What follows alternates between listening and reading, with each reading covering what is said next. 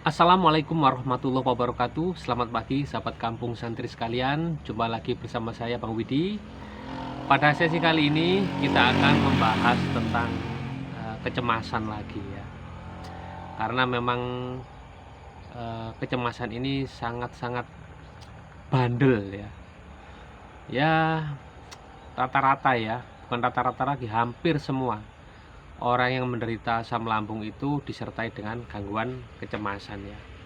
Saya juga mengalami hal yang demikian. Sampai akhirnya saya putuskan untuk mendatangi psikiater. Bukan mendatangi lagi ya. Memang saya dirujuk ke sana sampai ke sana ya. Dan ya saya datangi, benar-benar saya datangi. Tapi dengan kesadaran ya saat itu ya, dan kesadaran bahwasanya saya hanya ingin tahu kayak apa sih orang yang berhadapan dengan psikiater itu. Bagaimana sih rasanya ya mengkonsumsi resep dari psikiater itu. Dan di saat itu saya hanya 2 kali konsultasi. Dan setelah itu saya putuskan untuk berhenti. Sebenarnya juga bukan hal yang mudah untuk memutuskan berhenti itu. Butuh sekali motivasi kuat ya, untuk bisa sembuh bangkit tanpa resep-resep dari psikiater itu. Saya ingat pernah di suatu pagi saya membuang semua obat yang dikasih oleh psikiater itu, dengan sebuah pertimbangan bahwa setelah saya membuang obat ini saya harus bangkit. Itu caranya biar saya nggak ketemu lagi gitu. Karena saya nggak ingin kesembuhan yang saya dapatkan itulah kesembuhan semu, kesembuhan karena obat-obatan. Karena apa? Pasti akan saya nyari terus gitu. Saya ingin semuanya itu murni dari diri saya sendiri ya. Itulah yang benar-benar saya alami teman-teman. Ternyata bisa kok kita itu keluar dari lingkaran kecemasan ini, bisa. Tetapi memang ya dia kerap datang lagi, hadir lagi, mengganggu lagi, mengusir lagi. Nah, ketika dia hadir, ketika kecemasan itu hadir, yang dibutuhkan adalah sebuah cara ya, sebuah tindakan untuk menetralisir ya.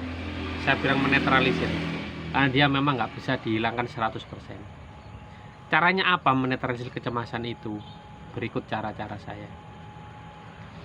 Yang pertama, memang jelas kita memohon kepada Allah Subhanahu wa taala di tiap sholat kita, di setiap doa kita.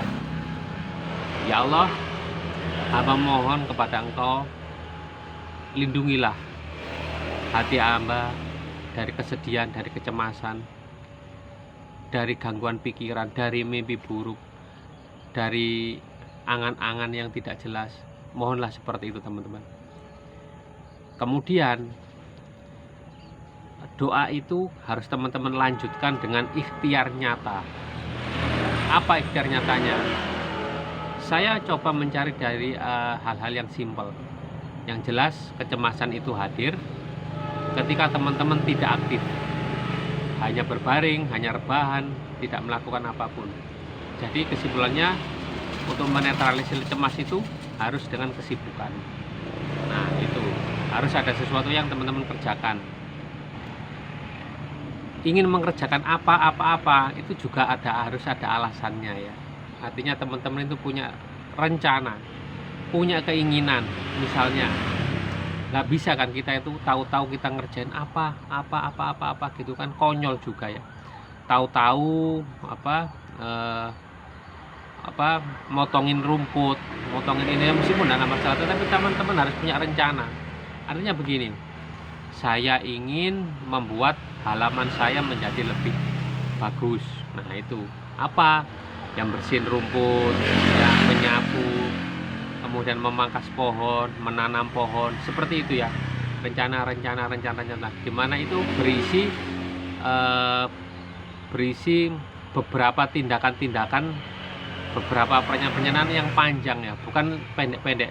Kayak misal, aduh saya lagi cemas nih, oke lah saya menyabit rumput, oke lah saya cuma nanam aja, oke lah saya nyiram aja. Nggak bisa seperti itu, harus dalam satu rangkaian rencana besar gitu.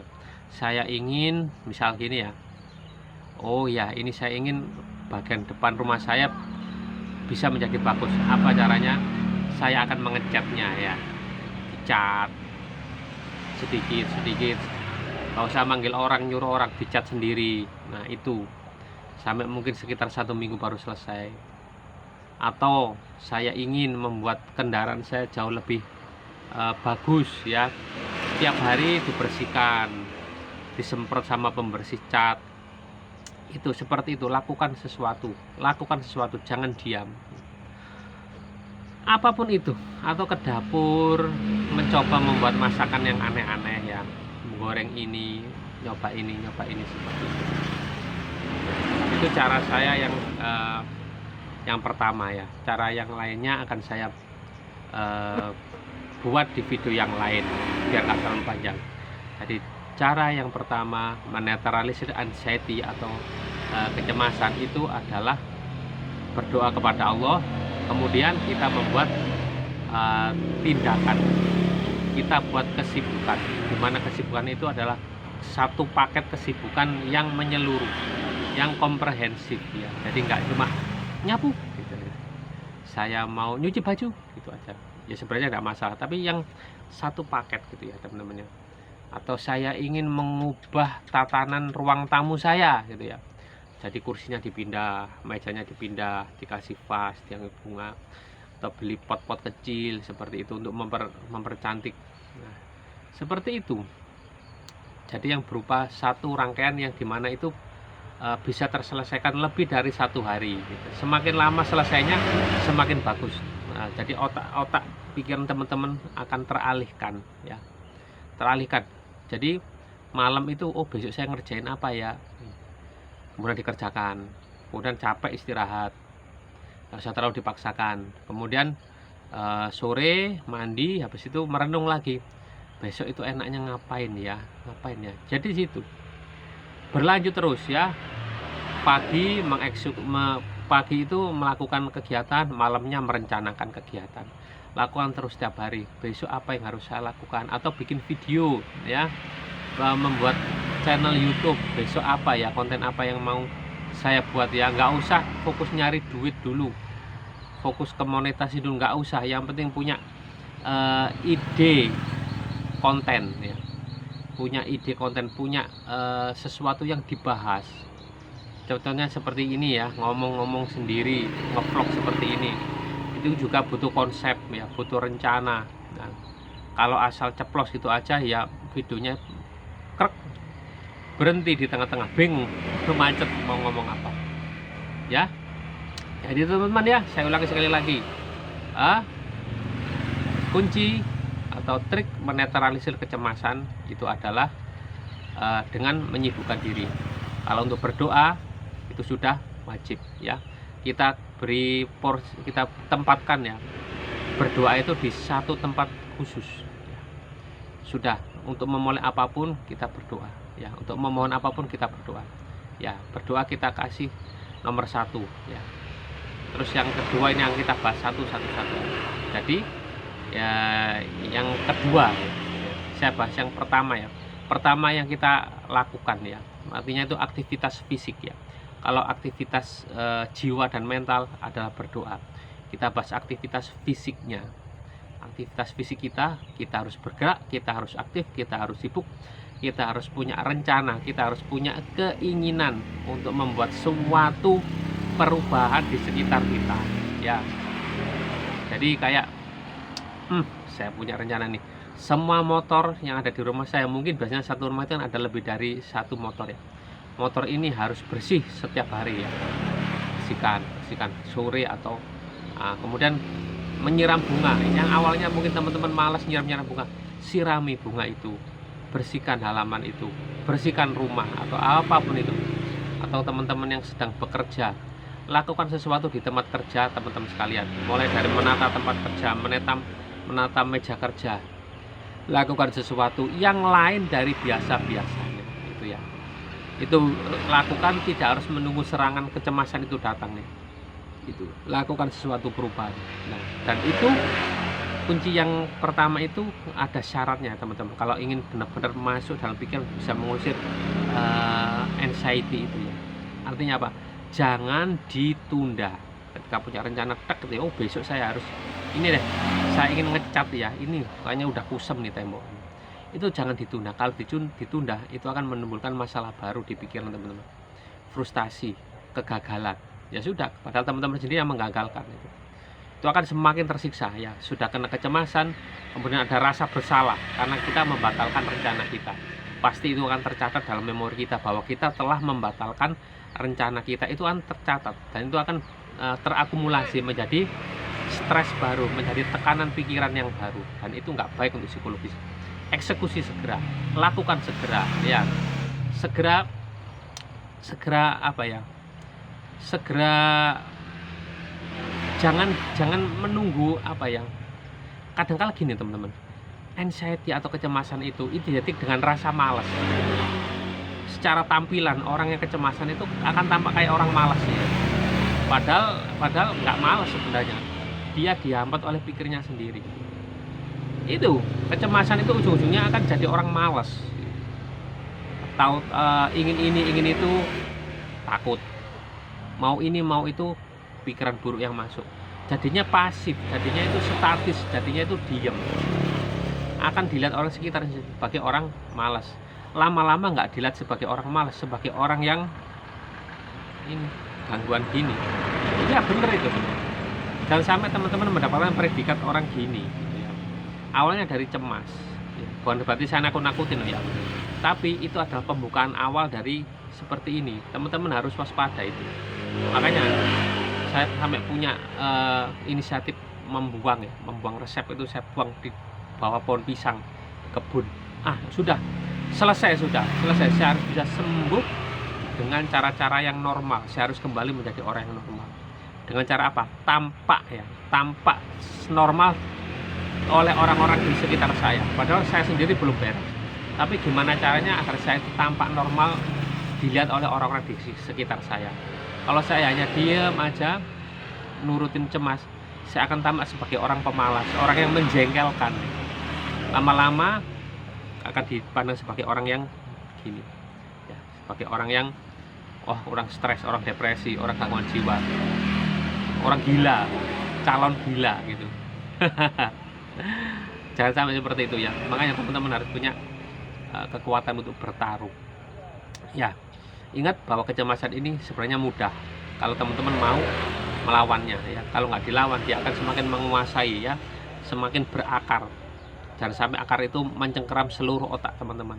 Cabut segera. Ketika dia mulai mencengkeram, segera cabut. Dengan apa? Dengan cara yang pertama tadi ya, sibuk, cari kesibukan, mikir kesibukan, mikir kegiatan, mikir pekerjaan, mikir konsep, mikir apa-apa gitu ya. Harus itu. Kalau nggak diisi seperti itu, otak teman-teman akan hanya didominasi oleh kecemasan. Katakanlah kecemasan itu warnanya hitam ya, dan otak kita warna putih, dia akan lama-lama menghitam semuanya. Jangan sampai ya. Kasih warna yang lain ya. Jangan sampai dia mencampuri semuanya ya. Segera cegah ya. Ketika cemas itu datang, takut deh, barangkali saya kena serangan jantung deh, ini penyakit berat deh, ini. Segera alihkan. Enggak, itu cuma kecemasan. Banyak kok orang yang ngalami seperti itu, tapi rata-rata setelah dicek beneran nggak ada masalah apa-apa pada tubuhnya. Yaitu segera bergerak ya, segera ganti baju, pakai sandal, cuci muka, segera keluar ngelakukan apapun. Atau contoh ringannya, segera ya, ketika kecemasan itu datang, segera ambil kontak motor, nyalain motor, muter di sekitar komplek perumahan atau lewat di sawah atau yang lain, lihat orang-orang, lihat alam, lihat padi, lihat pohon-pohon. Nah seperti itu, lihat benda-benda yang hidup ya. Kalau di rumah aja kita akan melihat materi-materi yang materi benda mati, kayak tembok, figura, lemari, kasur. Teman-teman akan melihat materi benda mati. Lihatlah materi benda-benda hidup seperti ini ya. Lihat sungai, ada tumbuh-tumbuhan, ada pohon pisang, ada rumput, kemudian ada sawah, dan yang lain. Lihatlah materi-materi yang hidup ya. Lihatlah alam itu bergerak ya. Anda akan terpancing ikut bergerak pula ya. Karena apa? Kecemasan akan membuat jiwa kalian itu berhenti dan menjadi tidak produktif, ditarik ya. Ditarik ke bawah menjadi ya. Ingat ya, kalau orang ya ke surga itu apa istilahnya? Naik ke surga, jatuh ke neraka. Ya, kecemasan itu seperti itu. Dia akan menarik jiwa kalian teman-teman menuju neraka ya. Karena apa? Untuk ibadah jadi malas, untuk kerja jadi susah ya. Ekonomi berantakan ya. Hubungan dengan orang lain, dengan keluarga, dengan sosial, dengan teman-teman menjadi rusak karena sakit pikiran ini ya. Itu kan menarik sama ke jurang kehancuran, turun, jatuh ke neraka. Tapi kalau naik ke surga. Makanya itu lihatlah materi-materi yang hidup, melihat alam. Teman-teman akan tertarik ya, menarik pikiran teman-teman untuk menjadi hidup seperti alam itu, melihat matahari, melihat udara, merasakan angin, seperti itu ya. Latih terus seperti itu, maka teman-teman akan bisa melewati ini semua ya, bersama saya juga ya. Itu aja, mohon maaf mungkin terlalu panjang, karena orang yang menderita kecemasan atau anxiety itu harus banyak-banyak mendapatkan informasi positif ya, banyak-banyak mendengarkan nasihat ya. Nah inilah, mungkin kita nggak bisa bertemu secara langsung, melalui video ini barangkali bermanfaat dari pengalaman-pengalaman saya pribadi. Ini contohnya, saya jalan-jalan di pagi hari ya. Terima kasih sudah menyimak. Wassalamualaikum warahmatullahi wabarakatuh. Salam sehat jiwa dan raga.